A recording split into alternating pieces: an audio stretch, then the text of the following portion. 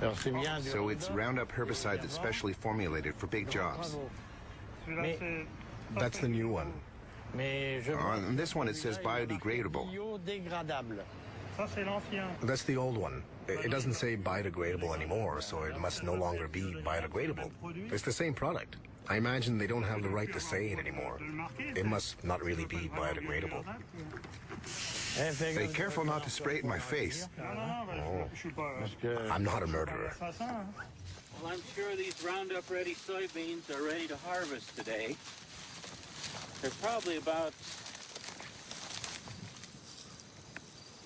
I'm going to say about 11.5% moisture, so they're perfect for harvest.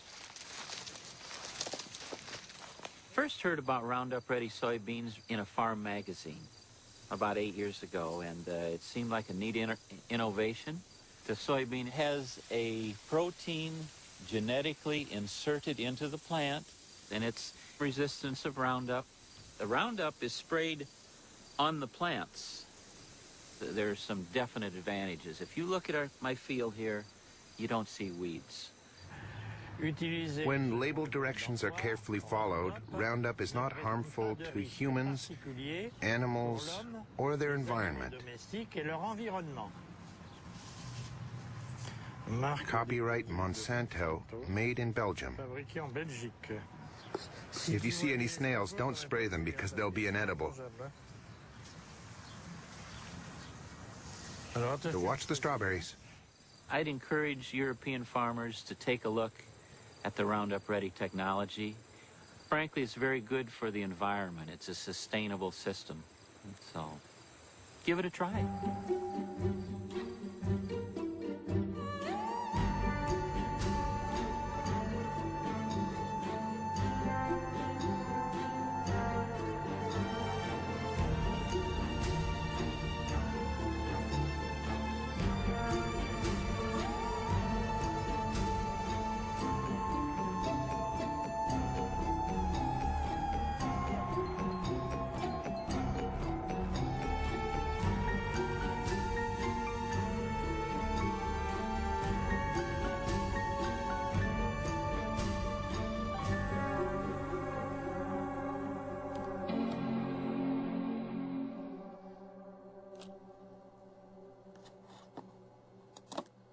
Monsanto. For 20 years I've traveled the globe, and everywhere I've heard about this American multinational. But what I've heard hasn't always been positive. Wanting to know more, I surfed the web for months to put the pieces of the puzzle together. On its website, Monsanto positions itself as an agricultural company that aims to help farmers produce healthier food while reducing agriculture's impact on our environment. Its leading product is Roundup, the world's best-selling herbicide for the last 30 years.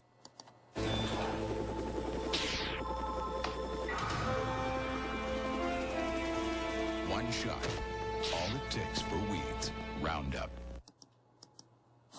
Monsanto is also the world leader in biotechnology. 90% of the GMOs grown on the planet belong to them. Most of them have been genetically modified to resist the application of Roundup, like Roundup-ready soybeans.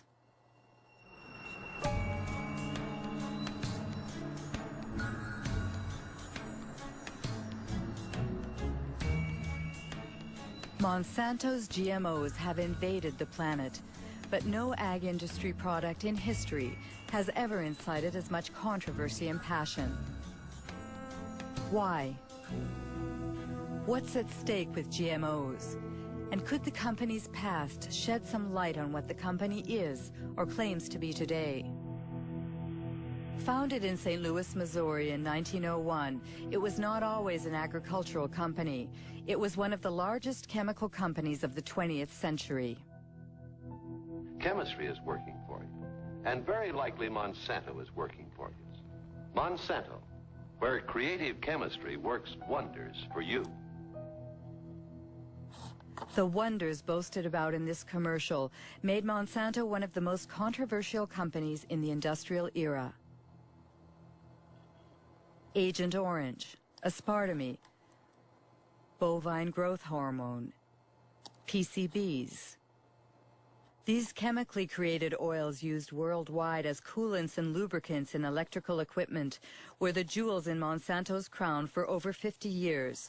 They were called Arachlor in the United States, Pyrrolin in France, and Clofen in Germany, until they were banned in the early 1980s.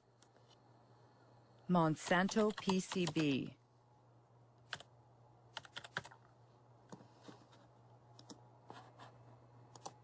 A Washington Post article from 2002.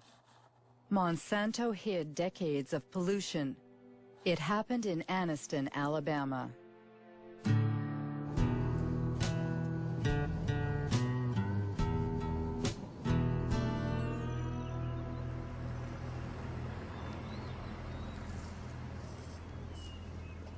Terry was my baby brother. He died in 1971 from a cancer of the brains, or a tumor of the brains, cancer of the lungs, and hers of the heart. He was 16. In the last 3 years, I have lost more friends. They died from illnesses, cancer, sugar diabetes, hepatitis, all these different ailments that comes with PCBs, and they have been related to PCB.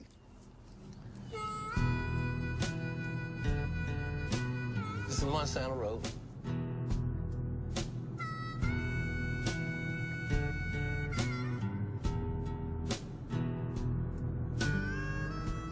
This is all just a black area, minorities that live in this area. But every one of these homes was like contaminated. They just cleaned that yard up over there to the right about 6 months ago. These was all homes. These people lived here, and they had to move. The houses was torn down.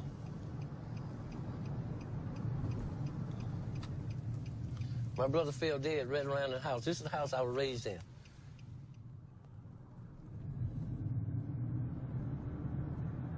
See this grass right here? They buried PCBs over here. Monsanto got permission to bury PCBs in Anniston. And this is Snow Creek right here, where they put the cement in here. It comes from the plant discharging to PCBs all the way down through here. And it was poisoning. They never told anybody, but they told the state. The state didn't tell us.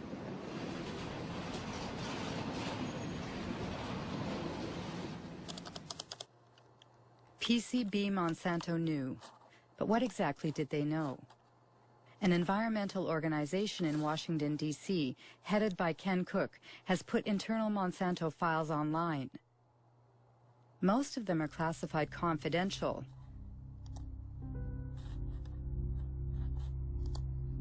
FYI and destroy. 1937, exposure to PCBs provokes systemic toxic effects and acne-form skin eruption.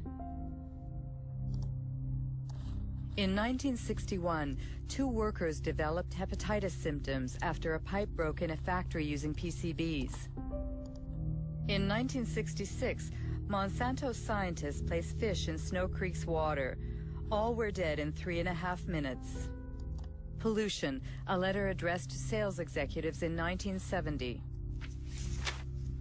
This is the one that really tells you the story. They're saying, we can't afford to lose $1 of business. Their neighbors in Anniston were not told about the poisoning that they were inflicting upon them because they didn't want to lose $1.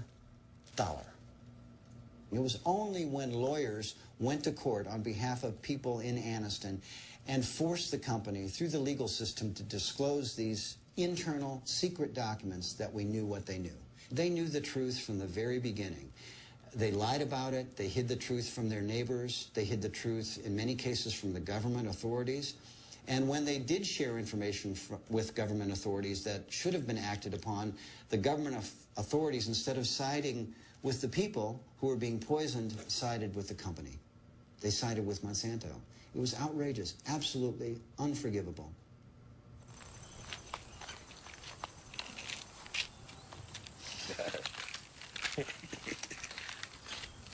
Oh, these are all your medicines? Yeah. Well, no, that ain't all of it. I got some more here. How much you have in you? 63.8 in the blood. In the blood. If they took a fatty biopsy of him now, he probably would top the scales about 3,000 or 4,000 parts per billion or more. And which is the level acceptable? I mean, Acceptable is 2 part per billion.